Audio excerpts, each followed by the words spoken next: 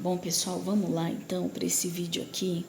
Esse aqui vai direto para o YouTube, então eu já fiz uma chamada lá no meu WhatsApp. Para você que está entrando diretamente aqui só para entender, eu estou hospitalizada, dá para verificar. E esse canal ele tem o intuito de falar das coisas complexas de uma forma simplificada. A priori, a ideia era falar de assuntos jurídicos, o que não deixará de ser aqui o nosso papo, mas eu tenho visto a necessidade de falar de outras questões que fogem diretamente do jurídico, mas estão subjetivas a isso, tá bom? Eu fiz um vídeo anteriormente falando vítima de quem? E esse vídeo, ele tem mexido muito comigo, esse caso. Se você puder, acesse, eu vou deixar aqui o link do vídeo anterior para que você possa entender o que aconteceu.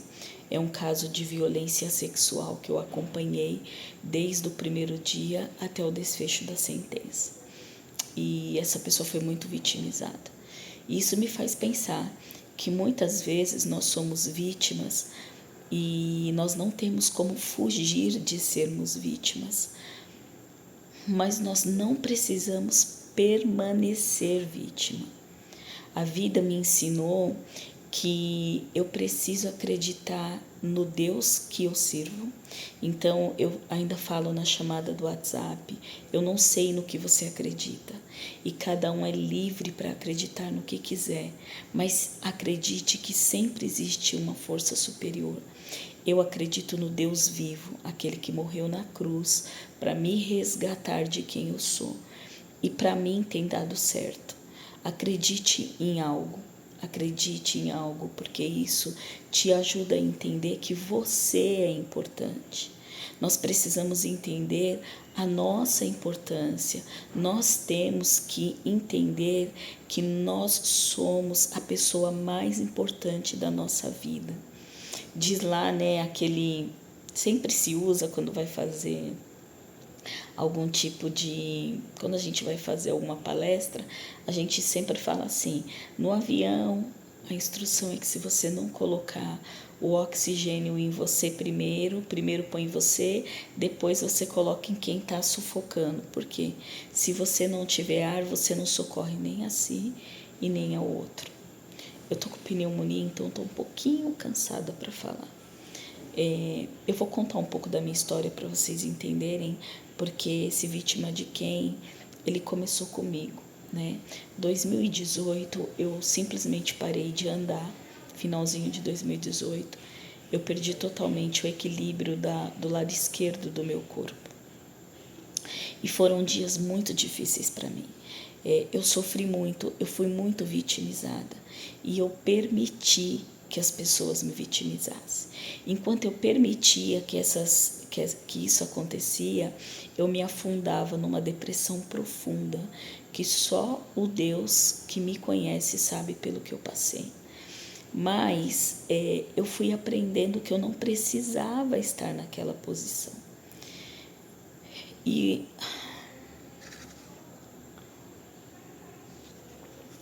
Mas a maior lição que eu tiro da minha história é que talvez a pessoa que esteja me colocando em posição de vítima nem saiba que está fazendo isso. Talvez essa pessoa ela nem tenha consciência do que está fazendo. Ela não faz por mal, ela não faz intencionalmente, ela só faz porque é assim que ela é. Então, é por isso que eu tenho que me conhecer para me proteger. Eu não posso deixar que os fantasmas emocionais dos outros me sobrecarreguem além da carga que eu já tenho que carregar. Então, eu tenho que conhecer os meus limites, eu tenho que me posicionar para me proteger. No começo da minha doença, eu ouvi muitos absurdos de familiares, de amigos íntimos, de irmãos da igreja, de médicos, e isso foi me afundando, me afundando, me afundando. Até que eu entendi que eu sou a pessoa importante da minha vida. e que eu ia ter que passar por aquilo. Se eu fosse me adaptar à opinião de todo mundo, eu iria sucumbir. Então eu comecei a ouvir só uma voz, a dele, do meu Criador. Eu decidi que somente a voz de Deus é que ia fazer barulho na minha cabeça. E desse dia em diante eu floresci. Eu não sarei, mas eu floresci. Se eu for contar o número de internações que eu tive de 2018 para cá, eu devo estar na 33ª ou 34ª. Cirurgias eu fiz 4, uma era câncer. E quando eu tive câncer, teve familiar que duvidou se eu estava com câncer mesmo, achando que eu só estava exagerando para chamar a atenção, né? Para vocês verem um pouquinho do que eu passei.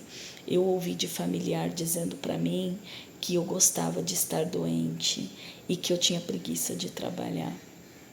Então, eu gostava de fingir que estava doente para ficar ganhando os quilinhos da igreja, que por sinal foi uma bênção na minha vida. As minhas 2 igrejas, a minha igreja do Jardim Peri, a Batista do Jardim Peri, no começo da minha doença me ajudou muito, e a minha amada igreja do Lausanne Paulista, com o meu amado pastor Carlos, que eu não tenho como agradecer a mentoria e o cuidado e o amor desse pastor por mim, e o amor dos irmãos do Lausanne. Quando eu cheguei lá, eles me sustentaram, inclusive financeiramente. As irmãs me sustentaram por quase 6 meses, enquanto eu não recebia nem do trabalho, nem do INSS. Isso é ser igreja, né? E teve familiar que disse que eu queria estar doente. Teve gente que disse que eu estava doente porque eu tinha um pecado muito grande escondido. Então, enquanto eu não confessasse ele, eu não ia sarar. Teve gente que disse para mim que tinham feito uma macumba e que eu tinha que ir numa igreja específica, com um pastor específico, para me curar. Eu dou risada porque as pessoas, elas trazem suas ideias para a nossa vida, né? E assim, o mundo espiritual existe. E aqueles que buscam essas alternativas, buscam porque sabem que elas são válidas, mas elas não são válidas para quem acredita no contrário, para quem é protegida pelo contrário, que é o meu caso. Então isso daí, para mim, é indiferente. Teve gente que disse que eu gostava de estar doente e que se eu não dissesse para Deus que eu não aceitava estar doente, se eu não declarasse para Ele, eu não ia sarar, porque eu tinha que dizer para Deus que eu não aceito isso. E eu falei para essa pessoa da minha família, né? Eu lembro até hoje. Eu falei assim, olha, se eu tô torta de um lado, se eu botar o dedo no nariz de Deus, eu vou ficar torta dos dois, porque Ele é soberano. E tudo isso eu fui construindo ao longo dos anos. Eu fui entendendo que eu sou protegida pelo Espírito Santo e que tudo que acontece na minha vida, seja bom ou seja ruim, vem da parte de Deus, porque Ele é o único que tem poder sobre a minha vida. Então, se está acontecendo algo que não é bom na minha vida, é porque Deus permitiu. Ele já disse que nós teríamos dificuldades aqui, mas que era para a gente ter bom ânimo, porque Ele está cuidando de tudo. Então Deus é soberano, e Filipenses 4:7 fala que tudo que a gente passar com oração e súplica, se a gente buscar a Deus, Ele vai trazer uma paz que transcende o entendimento. O meu corpo sofre e sofre muito, mas o meu espírito não sofre, porque eu tenho a paz que transcende o entendimento. Eu tenho a paz de Cristo na minha vida.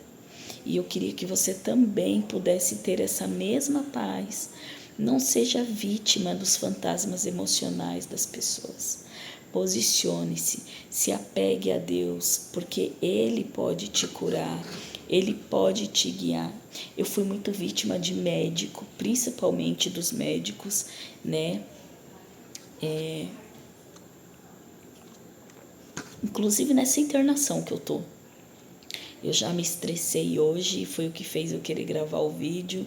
Já quis brigar com metade do hospital porque me deram medicação errada, me trataram da forma errada, fui agredida de todas as formas aqui, né? Mas não tô aqui para falar disso, esse é um outro assunto. E eu tenho assunto. Então, assim, eu quero dizer para vocês que a gente não pode ficar em posição de vítima. Enquanto você ficar em posição de vítima, você vai ser encurralado pelas emoções dos outros. Apegue-se a Deus, acredite em você e faça o que você tem que fazer. Os médicos veem os meus exames, a minha ressonância, essa geração da IA, né? Essa geração do digital, vê os meus exames e falam que eu não tenho nada. Teve médico que disse que meu problema era psiquiátrico e que eu que estava agredindo o meu próprio corpo com a minha mente. E isso acabou comigo, porque eu ficava pensando, será que eu sou doida? Será que eu tenho um problema? Eu procurei 4 psiquiatras. Os 4 me falaram a mesma coisa, você é tudo, menos maluca. O tudo tá englobando tudo, tá? Eu sou a Barbie, eu posso ser o que eu quiser, né? A minha filha me perguntou assim, mãe não, fofa, que ela me chama de fofa. Fofa, você sofre racismo? Eu falei para ela, não, filha, eu não sofro racismo. E ela falou, por que não? Eu falei, sabe por quê? Porque as pessoas são racistas. Elas têm atitudes racistas comigo algumas vezes, mas eu não sofro, porque o racismo é sobre quem ele é, não é sobre quem eu sou. Então, eu não vou, as pessoas só fazem com você aquilo que você permite. Não permita que a doença emocional do outro entre na tua mente. As pessoas que fizeram essas coisas comigo, muitas nem lembram que fizeram. E eu tenho certeza que não fizeram intencionalmente. Não fizeram com a ideia de me magoar, com a ideia de me atacar.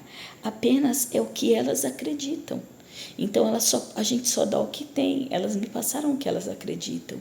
E eu tive que ser moldada para acreditar que eu sou importante, que o que eu sinto vale. E se o outro não é capaz de validar o meu sentimento, eu vou pedir licença a ele, eu vou tirar ele da minha vida e eu vou validar o meu sentimento, porque o que eu sinto importa. Entende? Então, quem eu sou importa. A cor da minha pele não me define. Um leito de hospital não me define. Quando eu fiquei doente, eu estava muito debilitada, sem trabalho, vivendo de doação de amigos. Eu sou mãe solteira. O pai da minha filha me abandonou. Quando eu contei que estava grávida, o bonito disse que não estava preparado para ser pai e foi embora. Hoje a minha filha, ela estuda numa escola excelente, 100% bolsista, 100% mérito dela. A minha filha tem mais de 20 certificados e diplomas de Olimpíadas de Física, Matemática, Português, Ciências, Olimpíada da NASA. A minha filha tem um super cérebro presenteado por Deus. Ela é uma bênção, é uma menina obediente. A minha filha é maravilhosa. A minha teoria é que Deus falou assim, eu vou dar muito problema para essa garota, então eu vou afofar o leito com uma filha boa. E Deus gosta de mim porque foi muito acertada essa bênção de Deus. Hoje, né, mesmo passando por tudo que eu passo, eu estou me formando na faculdade de Direito pela bondade de Deus. Hoje eu tenho a minha empresa, estou tentando, estou seguindo, né? Estou aprendendo muito, apanhando muito com a índole de determinados clientes e isso me ensina sobre quem eu sou também. Então eu quero que vocês vejam a minha história como algo a se aprender, que você é importante. quando eu comecei a validar o meu sentimento, quando eu comecei a me posicionar, eu mudei. Acreditem se quiser, por conta da perda de equilíbrio, eu uso bengala ainda, né? Eu tô tentando não usar porque eu sou teimosa, mas às vezes quando eu entro em crise como eu preciso usar. E um amigo falou assim, ele não falou por mal, tá? Ele falou assim: só você entende que é difícil para as pessoas associarem a sua pessoa com a bengala. Você é uma mulher jovem, você é uma mulher bonita. Então, quando as pessoas veem você de unha vermelha, franjinha reta, cabelo liso, toda maquiada de bengala, elas têm dificuldade em associar. E aí eu quero te levar para uma reflexão. Então, porque as pessoas têm dificuldade mentalmente de associar,